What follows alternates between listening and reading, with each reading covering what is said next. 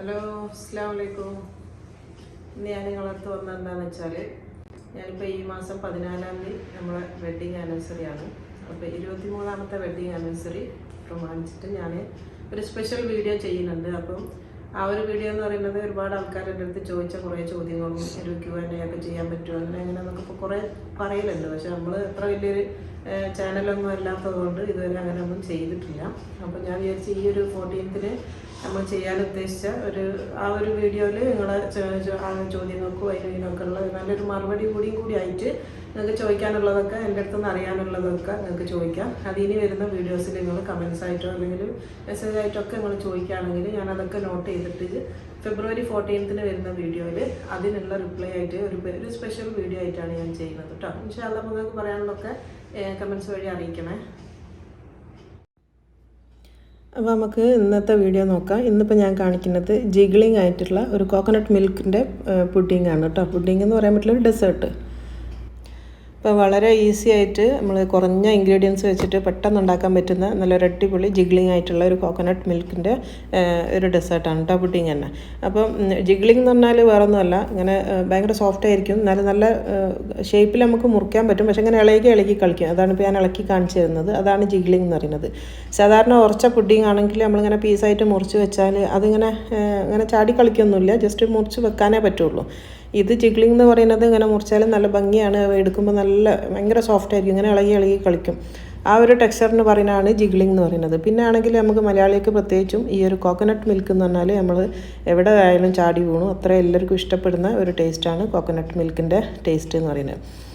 അപ്പോൾ നമുക്ക് നോക്കാം അതെങ്ങനെ ഉണ്ടാക്കാമെന്നുള്ളത്. അപ്പോൾ അതിന് വേണ്ടി ഞാൻ ഫസ്റ്റ് തന്നെ ഒരു പാൻ എടുത്ത് വെച്ചിട്ടുണ്ട്. അതിലേക്ക് നമുക്ക് കുറച്ച് ഇൻഗ്രീഡിയൻസ് ഇട്ട് കൊടുക്കണം. അപ്പോൾ ഫ്രഷ് തേങ്ങാപ്പാലാണ് നിങ്ങൾ എടുക്കണമെങ്കിൽ അങ്ങനെ എടുത്താൽ മതി കേട്ടോ. ഞാനിപ്പോൾ ഇവിടെ കോക്കനട്ട് മിൽക്കിൻ്റെ പൗഡറാണ് യൂസ് ചെയ്യുന്നത്.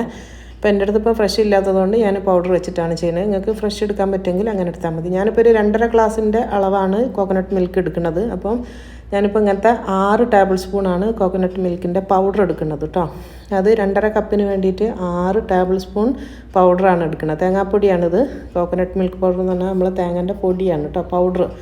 അപ്പോൾ അതൊരു 6 ടേബിൾ സ്പൂൺ എടുത്തിട്ടുണ്ട്. ഇനി ഇതിലേക്ക് വേണ്ടിയത് നമുക്ക് നമ്മളെ കോൺഫ്ലോർ എന്ന് പറഞ്ഞിട്ടുള്ള പൊടിയാണ്.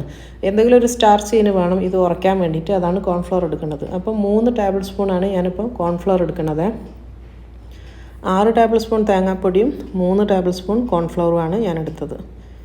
പിന്നെ ഇതിലേക്ക് മധുരത്തിന് ആവശ്യമായിട്ട് ഒരു 1/4 കപ്പ് പഞ്ചസാരയാണ് ഇടുന്നത്. പിന്നെ ഇതിൽ ശ്രദ്ധിക്കേണ്ടത് ഈ ഒരു പഞ്ചസാരക്ക് പകരം നിങ്ങൾ ടേസ്റ്റ് കൂട്ടാമെന്ന് വിചാരിച്ചിട്ട് മിൽക്ക് മെയ്ഡ് ചേർത്ത് കൊടുക്കരുത്.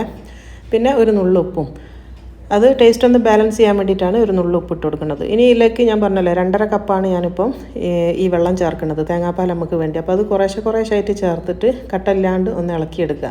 പിന്നെ ഞാൻ പറഞ്ഞല്ലോ മിൽക്ക് മെയ്ഡ് ചേർക്കരുത് എന്ന് പറയാൻ കാരണം എന്താണെന്ന് വെച്ചാൽ, മിൽക്ക് മെയ്ഡ് എന്ന് പറഞ്ഞാൽ ഒരു ടേസ്റ്റ് കൂട്ടാൻ വേണ്ടിയിട്ട്, ടേസ്റ്റ് എൻഹാൻസർ എന്നൊക്കെ പറയുന്ന പോലത്തെ ഒരു സാധനമാണ് മിൽക്ക് മെയ്ഡ് എന്ന് പറയുന്നത്. അപ്പോൾ അത് നിങ്ങൾ എന്ത് സാധനത്തിൽ ഒഴിച്ചു കൊടുക്കുന്നത് ആ സാധനം മിൽക്ക് മെയ്ഡിൻ്റെ ടേസ്റ്റിലേക്ക് വരികയാണ് ചെയ്യുക. അപ്പോൾ ഇതിപ്പം പ്രത്യേകിച്ച് തേങ്ങാപ്പാലിൻ്റെ പുഡിംഗ് ആയതുകൊണ്ട് ആ ഒരു തേങ്ങാപ്പാലിൻ്റെ ടേസ്റ്റാണ് നമുക്ക് വരേണ്ടത്. അതുകൊണ്ട് ഒരിക്കലും നമ്മൾ ഇതിലേക്ക് മിൽക്ക് മെയ്ഡ് ചേർത്ത് കൊടുക്കരുത്.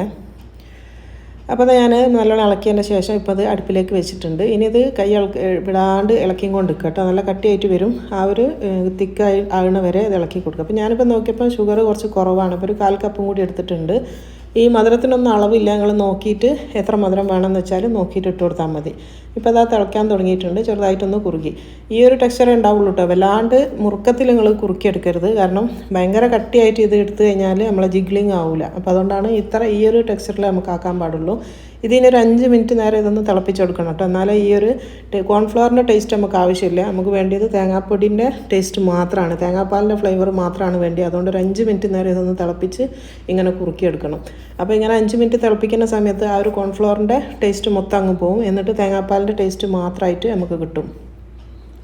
അപ്പോൾ ഒരു 5 മിനിറ്റ് കഴിഞ്ഞിട്ടുണ്ട്. ഇതിലേക്ക് ഞാൻ ഒരു ടേബിൾ സ്പൂൺ അൺസോൾട്ടഡ് ബട്ടറാണ്, ഉപ്പില്ലാത്ത ബട്ടർ, അതും കൂടെ ചേർത്ത് കൊടുക്കുക. ഈ ബട്ടർ എന്തിനാണ് ചേർക്കണമെന്ന് വെച്ചാൽ ഈ ഒരു പുഡിങ്ങിന് നമുക്ക് നല്ലൊരു ഗ്ലേസിങ് കിട്ടാൻ വേണ്ടിയിട്ടാണ്. കാണുമ്പോൾ നല്ലൊരു തിളക്കം ഉണ്ടാവും. അപ്പോൾ അതിന് വേണ്ടിയിട്ടാണ് ബട്ടറും കൂടെ ചേർത്ത് കൊടുക്കുന്നത്. ഒരു ടേബിൾ സ്പൂണാണ് ബട്ടർ ചേർത്ത്. ഇനി അതൊന്ന് മെൽറ്റ് ആകുന്നവരെ വെയിറ്റ് ചെയ്യുക. അതിൻ്റെ ശേഷം നമുക്ക് തീ ഓഫ് ചെയ്യാം. അപ്പോൾ അത് മെൽറ്റ് ആയിട്ടുണ്ട്. ഞാനിപ്പോൾ തീ ഓഫ് ചെയ്യുകയാണ്. ഇതിനി നല്ലോണം ഒന്ന് ചൂടാറുന്ന വരെ വെയിറ്റ് ചെയ്യുക കേട്ടോ. ഒരു ചെറിയ ചൂടായാലും പ്രശ്നമില്ല, എന്നാലും നല്ല ചൂടങ്ങ് പോകുന്നവരെ ഒന്ന് വെയിറ്റ് ചെയ്യുക. എന്നിട്ടാണ് നമ്മളിത് പുഡിംഗ് ഡിഷിലേക്ക് മാറ്റുന്നത്. അപ്പോൾ ഞാനിപ്പോൾ ഈ ഒരു പാത്രത്തിലാണ് ഈ ഒരു പുഡിംഗ് കൂടെ സെറ്റ് ചെയ്യുന്നത്. അപ്പോൾ നിങ്ങൾക്ക് ഇഷ്ടമുള്ള പാത്രം എടുക്കുക. ഈ പാത്രത്തിൻ്റെ അളവാണ് ഞാനിപ്പോൾ 2.5 കപ്പ് തേങ്ങാപ്പാൽ എന്ന് പറഞ്ഞത്. നിങ്ങൾ ഏത് പാത്രത്തിലാണോ എടുക്കുന്നത് അത്രയും തേങ്ങാപ്പാലാണ് എടുക്കേണ്ടത് കേട്ടോ. ഇതിപ്പോൾ ഒരു നേരെ ചൂടേ ഉള്ളൂ, നല്ലോണം ചൂടാറിയിട്ടുണ്ട്. ഇതിപ്പോൾ ഞാൻ ഈ പാത്രത്തിലേക്ക് ഒഴിച്ചു കൊടുക്കുകയാണ്. അപ്പോൾ ഇതിൻ്റെ കട്ടി കണ്ടല്ലോ, ഈ ഒരു ടെക്സ്ചറിൽ എടുക്കണേ, അധികം കട്ടിയായിട്ട് എടുക്കരുത്. ഇനി ഇതൊന്ന് ലെവൽ ചെയ്ത് കൊടുക്കട്ടെ. അവിടെ ഇവിടെയൊക്കെ പൊന്തിയിട്ടാണ് നിൽക്കണമെങ്കിൽ ഒന്ന് സ്പൂൺ കൊണ്ടൊന്ന് ലെവൽ ചെയ്ത് കൊടുത്താൽ മതി. ഒന്ന് സ്ട്രെയിറ്റ് ആയിട്ട് നേരെ ഒന്ന് ആക്കി കൊടുത്താൽ മതി. ഇപ്പോൾ ഞാനിത് ഒന്ന് സ്പാച്ചിൽ വെച്ചിട്ടൊന്ന് ലെവൽ ചെയ്ത് കൊടുത്തിട്ടുണ്ട്. ഇതിനി ഫ്രിഡ്ജിൽ വെച്ചിട്ട് ഒരു 3-4 മണിക്കൂറെങ്കിലും ഒന്ന് സെറ്റ് ചെയ്യണം. ഞാനിപ്പോൾ വീഡിയോക്ക് വേണ്ടിയിട്ടായതുകൊണ്ട് 1 മണിക്കൂർ കൊണ്ട് ഞാൻ എടുക്കും കേട്ടോ. അപ്പോൾ നിങ്ങൾക്ക് സമയം ഉണ്ടെങ്കിൽ കുറച്ച് സമയം സെറ്റ് ചെയ്യാൻ വേണ്ടി വെക്കുക. ഇനിയിപ്പോൾ വിപ്പിംഗ് ക്രീമാണ് നമുക്ക് ആവശ്യമുള്ളത്. അപ്പോൾ ഞാനിപ്പോൾ ഇവിടെ പൗഡർ ആയിട്ടുള്ള വിപ്പിംഗ് ക്രീമാണ് ഉപയോഗിക്കുന്നത്. അപ്പോൾ നിങ്ങളുടെ അടുത്ത് ലിക്വിഡായിട്ട് നമ്മൾ കേക്കിന് ഉപയോഗിക്കുന്നത് അതാണുള്ളതെങ്കിൽ അതെടുത്താൽ മതി കേട്ടോ. ഞാനിപ്പോൾ അതില്ലാത്തതുകൊണ്ടാണ് ഇവിടെ പൗഡർ എടുത്തത്. അപ്പോൾ പൗഡർ ഞാൻ ഒരു പാക്കറ്റാണ് എടുത്തത്, ഒരു സാഷ കേട്ടോ, ചെറിയൊരു സാഷയാണ്. അതിലേക്ക് പിന്നെ നമുക്ക് തേങ്ങാപ്പാലാണല്ലോ, അപ്പോൾ എല്ലാത്തിലും ഈ ഒരു ഫ്ലേവർ വരണം. ഒരു ടേബിൾ സ്പൂൺ തേങ്ങാപ്പൊടിയും കൂടെ ചേർത്ത് കൊടുത്തിട്ടുണ്ട്. ഇപ്പോൾ തേങ്ങാപ്പൊടി ഇല്ലാത്ത ആൾക്കാരാണെങ്കിൽ ഒരു 2-3 ടേബിൾ സ്പൂൺ നല്ല കട്ടിയുള്ള തേങ്ങാപ്പാൽ വെച്ച് കൊടുത്താൽ മതി. ഈ ഒരു വിപ്പിംഗ് ക്രീം അടിക്കണമെങ്കിൽ നമുക്ക് പാൽ ആവശ്യമാണ്, പൗഡർ ആയതുകൊണ്ട് ഒരു 1/4 കപ്പ് പാലാണ് ഞാൻ ഒഴിച്ച് കൊടുക്കുന്നത്. അപ്പോൾ ഈ ഒരു പൊടിയാണ് വാങ്ങണമെങ്കിൽ അതിൻ്റെ മേലെ എഴുതിയിട്ടുണ്ടാവും എത്ര പാൽ ചേർക്കണം എന്നുള്ളത്. ഇനി ഇത് നന്നായിട്ടൊന്ന് വിപ്പ് ചെയ്തെടുക്കുക കേട്ടോ. അപ്പോൾ നമ്മളിത് ക്രീമിനൊന്നും ചെയ്യണ പോലെ ഭയങ്കര സ്റ്റിഫായിട്ട് എടുക്കണ്ട, ഈ ഒരു ടെക്സ്ചറിലാണ് നമുക്ക് വേണ്ടി കേട്ടോ, ഡെസേർട്ടിന് എടുക്കണ ആ ഒരു ടെക്സ്ചറിൽ. ഇനിയിപ്പോൾ ഞാൻ ഇതിലേക്ക് ഒരു നുള്ളു പച്ച കളർ ചേർത്ത് കൊടുക്കുന്നുണ്ട്, ഫുഡ് കളർ. മേലെ ഒരു ഭംഗിക്ക് വേണ്ടിയിട്ടാണ്, ഒരു പച്ച കളർ കൊടുക്കാൻ വേണ്ടിയിട്ട്. ഇനിയിപ്പോൾ ആ കളറും കൂടി ചേർത്തിട്ട് നന്നായിട്ടൊന്നും കൂടെ ഒന്ന് മിക്സ് ചെയ്തെടുക്കുക. അപ്പോൾ ഒരു പച്ച കളറിലുള്ള തേങ്ങാപ്പാലിൻ്റെ ഒരു ഫ്ലേവറുള്ള ക്രീമായിട്ട് മാറിയിട്ടുണ്ട്. ഇതിനി നമ്മളെ പുഡിങ്ങിൻ്റെ ഏറ്റവും മേലുള്ള ലെയറിൽ ചെയ്യാനുള്ളതാണ്. അപ്പോൾ ഈ ക്രീം ഇവിടെ റെഡി ആയിട്ടുണ്ട്, അതവിടെ മാറ്റി വെക്കുക. അപ്പോൾ ഞാനിപ്പം പറഞ്ഞല്ലോ 1 മണിക്കൂറേ ഞാൻ ഫ്രിഡ്ജിൽ വെച്ചിട്ടുള്ളൂ. 1 മണിക്കൂർ വെച്ചിട്ടുള്ള നമ്മളെ പുഡിങ് ഇവിടെ സെറ്റായിട്ടുണ്ട്. അപ്പോൾ നിങ്ങൾക്ക് സമയം ഉണ്ടെങ്കിൽ 2-3 മണിക്കൂർ വെക്കുക കേട്ടോ, അതാണ് ഏറ്റവും നല്ല ടേസ്റ്റിലായിട്ട് വരിക, ടെക്സ്ചറിലായിട്ട് വരിക. അപ്പോൾ ഇത് കണ്ടോ, ഒട്ടണമൊന്നുമില്ല, നല്ല ജിഗ്ലിംഗ് ആയിട്ട് നമ്മൾ തൊടുമ്പോൾ കണ്ടില്ല ഇങ്ങനെ ഇളകി കളിക്കുന്നത്. പിന്നെ സൈഡൊക്കെ നന്നായിട്ട് വിട്ട് വരികയും ചെയ്യും കണ്ടോ. അപ്പോൾ അങ്ങനെ ഇളക്കി നോക്കിയാൽ നിങ്ങൾക്ക് മനസ്സിലാവും നല്ല സെറ്റായിട്ടുണ്ട്.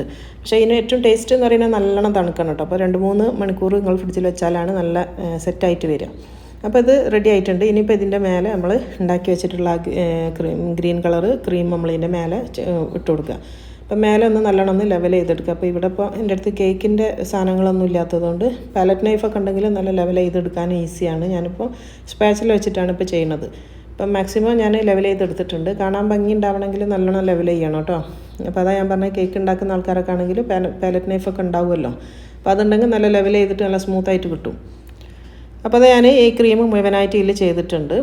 അപ്പോൾ അതാ ക്രീം കിട്ടും. അപ്പോൾ ക്രീമിൻ്റെ ഒക്കെ ടേസ്റ്റ് എത്ര വേണമെന്ന് വെച്ചാൽ അതിനനുസരിച്ച് എടുത്താൽ മതി, ഇത്ര ഇന്ന അളവ് എന്നൊന്നുമില്ല കേട്ടോ. അപ്പോൾ അതാ ഞാനിപ്പോൾ അത് മുഴുവൻ ചെയ്ത് കണ്ടൊന്നൊരു ഭംഗിയാണ് കാണാൻ, മേലൊരു ലൈറ്റ് ഗ്രീനും താഴെ നല്ല വൈറ്റ് കളറും. ഇനി ഇതും നമ്മൾ ഫ്രിഡ്ജിൽ വെച്ചിട്ട് ഒന്ന് സെറ്റ് ചെയ്ത് കൊണ്ടുവരണം കേട്ടോ. ഇപ്പോൾ ഞാനിപ്പോൾ ഇതൊന്ന് ഫ്രിഡ്ജിൽ വെച്ചിട്ട് കുറച്ചൊന്ന് തണുപ്പിച്ചതാണിത്. അപ്പോൾ കണ്ടോ നല്ല സെറ്റായിട്ടുണ്ട്. അപ്പോൾ ഇതും ഞാൻ പറയുന്നത് ക്രീം വെച്ചതിന് ശേഷം നിങ്ങൾക്ക് കുറച്ച് കൂടുതൽ ടൈം വെക്കുകയാണെങ്കിൽ അതാണ് നല്ലത്. അപ്പോൾ ഞാനിപ്പോൾ ഒന്നിനും സമയം എടുത്തില്ല, പെട്ടെന്നാണ് ചെയ്യുന്നത് കേട്ടോ. ഇനി ഇതെന്ന് പറയുന്നത് നമ്മളെ ഡെസിക്കേറ്റഡ് കോക്കനട്ട് എന്നിട്ട് വാങ്ങിക്കാൻ കിട്ടും. നമ്മളെ റഫല്ലോ പുഡിങ്ങിന് റഫല്ലോ മിഠായിയൊക്കെ ഉണ്ടാക്കാൻ ഉപയോഗിക്കുന്ന ആ ഒരു ഉണങ്ങിയ തേങ്ങാപ്പീരാണിത്. അപ്പോൾ ഇത് നമുക്ക് മേലെ ഒന്ന് ഡെക്കറേറ്റ് ചെയ്യാൻ വേണ്ടിയിട്ടാണ് ഞാനിപ്പോൾ എടുക്കുന്നത്. ഇതിൻ്റെ ടേസ്റ്റ് കൂടുതൽ ഇഷ്ടമില്ല എന്നുണ്ടെങ്കിൽ ലൈറ്റായിട്ടൊന്ന് സ്പ്രെഡ് ചെയ്ത് കൊടുത്താൽ മതി. നല്ല ഇഷ്ടമുള്ള ആൾക്കാരാണെങ്കിൽ നല്ല കട്ടിയിൽ തന്നെ ചെയ്ത് കൊടുക്കുക. ഞാനിപ്പോൾ ഇത് നല്ല കട്ടിയിൽ ഇട്ടിരുന്നു, പക്ഷേ പിന്നെ എനിക്ക് തിന്നുന്ന സമയത്ത് അത്ര അങ്ങോട്ട് ഇഷ്ടപ്പെടാത്തതുകൊണ്ട് പിന്നെ ഞാൻ കുറച്ച് ഇട്ടു, അതിൻ്റെ മേലെ നിന്ന് എടുത്തു. അപ്പോൾ ഇതിപ്പോൾ ഞാനിപ്പോൾ ഈ ഒരു കട്ടിയിലായിരുന്നു ഇട്ടത്. അപ്പോൾ ഇതിപ്പോൾ നന്നായിട്ട് ഞാൻ ഫ്രിഡ്ജിൽ വെച്ചിട്ട് ഒന്ന് സെറ്റ് ചെയ്തതാണ്. ഇതൊരു 10 മിനിറ്റ് ഞാൻ ഫ്രിഡ്ജിൽ വെച്ചിട്ടുള്ളൂ. അപ്പോൾ കുറച്ചും കൂടെ ടൈം 1-2 മണിക്കൂർ നേരം വെച്ചതിന് ശേഷമുള്ളതാണ് ഇത് കേട്ടോ. ഇങ്ങനെയാണ് സെറ്റ് ആയാലുണ്ടാവുക. അപ്പോൾ ഞാൻ രണ്ടും കാണിച്ചു തന്നതാണ്. അപ്പോൾ ഇങ്ങനെ നമുക്ക് നമ്മളെ ഇഷ്ടത്തിനുള്ള ഷേപ്പായിട്ട് മുറിച്ചെടുക്കാൻ വേണ്ടി പറ്റും. നല്ല ആ ഒരു കൺസിസ്റ്റൻസി തന്നെ കിട്ടുകയും ചെയ്തു. ഇപ്പോൾ ഞാൻ പറഞ്ഞില്ല, ജിഗ്ലിംഗ് ആണ്, ഇങ്ങനെ ഇളക്കി നോക്കിയാൽ ഇങ്ങനെ ഇളകുകയും ചെയ്യും. അതിൻ്റെ ഒരു കറക്റ്റ് ടെക്സ്ചറാണിത്. നല്ല ഒരു എന്താ പറയുക, ജിഗ്ലിംഗ് കോക്കനട്ട് പുഡിംഗ് ആണിത്. എല്ലാവർക്കും ഇഷ്ടമാവട്ടെ, ഈ ഒരു ഫ്ലേവറും കൂടി ആയതുകൊണ്ട്. അപ്പോൾ നല്ല അടിപൊളി ടേസ്റ്റി ആയിട്ടുള്ള നല്ലൊരു പുഡിംഗ് ആണിത്. പിന്നെ ആണെങ്കിൽ ഒരുപാട് ഇൻഗ്രീഡിയൻസ് ഒന്നുമില്ല, പെട്ടെന്ന് ഉണ്ടാക്കിയെടുക്കാൻ വേണ്ടി പറ്റുന്നതാണ്. ഇപ്പോൾ ഒരു പരിപാടിയൊക്കെ ഉണ്ടെങ്കിൽ തലേന്ന് തന്നെ ഉണ്ടാക്കി അവിടെ ഫ്രിഡ്ജിൽ വെക്കുകയാണെങ്കിൽ നല്ലോണം സെറ്റായിട്ട് കിട്ടുകയും ചെയ്യും. ഇപ്പോൾ ഇത് കണ്ടോ നല്ല അടിപൊളിയായിട്ടുള്ളത്. പിന്നെ കളറും നല്ലൊരു ലൈറ്റ് കളർ ആയതുകൊണ്ട് എല്ലാവർക്കും ഇഷ്ടമാവുകയും ചെയ്യും. അപ്പോൾ ഇൻഷാ അല്ലാഹ് ഞാൻ പറഞ്ഞ പോലെ നിങ്ങൾക്ക് എൻ്റെ അടുത്തുനിന്ന് അറിയാൻ ആഗ്രഹിക്കുന്ന കാര്യങ്ങളൊക്കെ കമൻസ് വഴി അറിയിക്കുക, ചോദിക്കുക, എൻ്റെ റിപ്ലൈ ഞാൻ തരുന്നതായിരിക്കും കേട്ടോ. ഇൻഷാ അല്ലാഹ് ഇനി നല്ലൊരു വീഡിയോ ആയിട്ട് അടുത്ത വീഡിയോയിൽ കാണുന്നത് വരെ അസ്സലാമു അലൈക്കും.